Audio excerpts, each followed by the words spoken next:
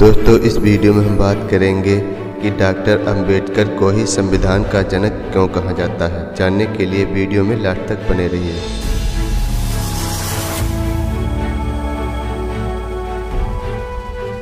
दोस्तों, ये हम नहीं कहते हैं कि डॉक्टर अंबेडकर साहब भारतीय संविधान के निर्माता हैं, बल्कि संविधान सभा के सदस्यों ने ही सबसे पहले माना था भारतीय संविधान का निर्माता डॉक्टर अंबेडकर साहब हैं।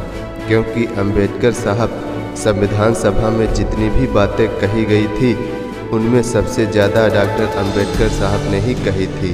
संविधान सभा में 7 सदस्य थे, लेकिन भाग लेने वाले 9 सदस्य थे, क्योंकि एक सदस्य की मृत्यु हो गई थी और एक सदस्य ने इस्तीफा दे दिया था।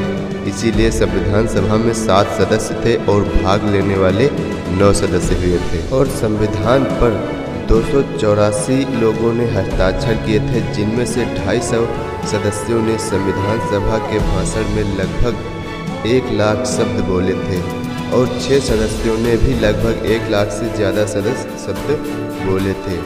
और फिर 7वें सदस्य डॉक्टर अंबेडकर साहब ने सबसे ज़्यादा शब्द बोला। जितनी भी बैठक हुई थी संविधान सभा की, उनमें सबसे ज़्यादा डॉक्टर अंबेडकर साहब ने ही बोला था। उन्होंने लगभग 2,67,500 के आसपास शब्द अपनी बात कही थी। इसी के आधार पर संविधान सभा के सदस्यों ने ही बाबा साहब को संविधान का निर्माता घोषित कर दिया था और अभी भी उन्हीं को कहा जाता है और आगे तक कहा जाएगा।